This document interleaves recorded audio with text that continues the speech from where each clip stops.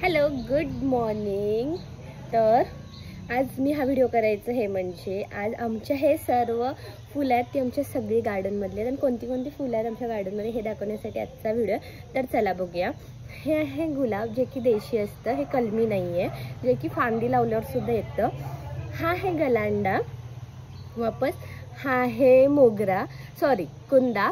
कुंद्यामध्ये पण फार प्रकार असतात, हाला थोडा वास आहे, एक एक कुंदे असे असतात की त्याला वास नसतो सुद्धा। आणि इवन मोगरा सुद्धा, पण तो सीजन वाईज मोगरा लागतो, जे मे महिना वगैरे येतो त्यावेळी हा मोगरा, वासाचा मोगरा असतो तो लागला जातो। वापस हाय झेंडू, आणि झेंडूचा मी रोप लावलं नव्हतं, पण ज्यावेळी आपण बाजारातून झेंडू आणतो त्याच्या पाकळ्या सुकलेल्या असतात, त्या पडून हे झाड आलं होतं आणि हे झेंडू आहेत, ह्या झेंडूची झाड आहेत। वापस हे फूल आहे कनेरीचं फूल आहे, हे जास्वंद आहे, जे की आम्ही कलमी रोप आणलं होतं आणि हे कलमी झाड आहे आणि कलमी झाडाचे हे जास्वंद आहे।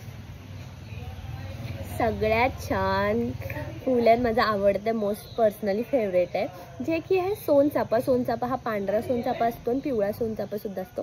आमच्या घरी पिवळा सोनचाफा आहे आणि झाड हे मध्यम उंचीचं आहे, तरी सुद्धा याला भरपूर फुलं लागतात। दुसरं गोकर्ण। गोकर्ण पण 2-3 प्रकारचे आहेत आमच्यात, पांढरं गोकर्ण असतं, पिवळं गोकर्ण असतं, हे पर्पल गोकर्ण आहे आणि इवन कलमी गोकर्ण सुद्धा आहे, त्याचा शेप असा सर्कल असतो। हे आहे देशी गोकर्ण,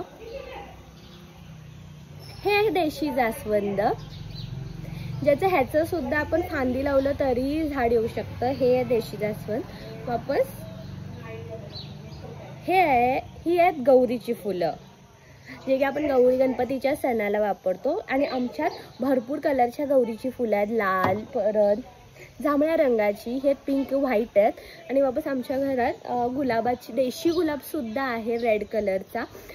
हा देशी नाही म्हणता येणार, जे देशी गुलाब असतात त्यांना खूप वास असतो, देशी गुलाब सुद्धा आहे। कलमी गुलाबमध्ये पिंक कलरचे छोटे बटन गुलाब सुद्धा आहेत, आत्ता ते मी तोडायचं विसरले, पण ते सुद्धा आहेत।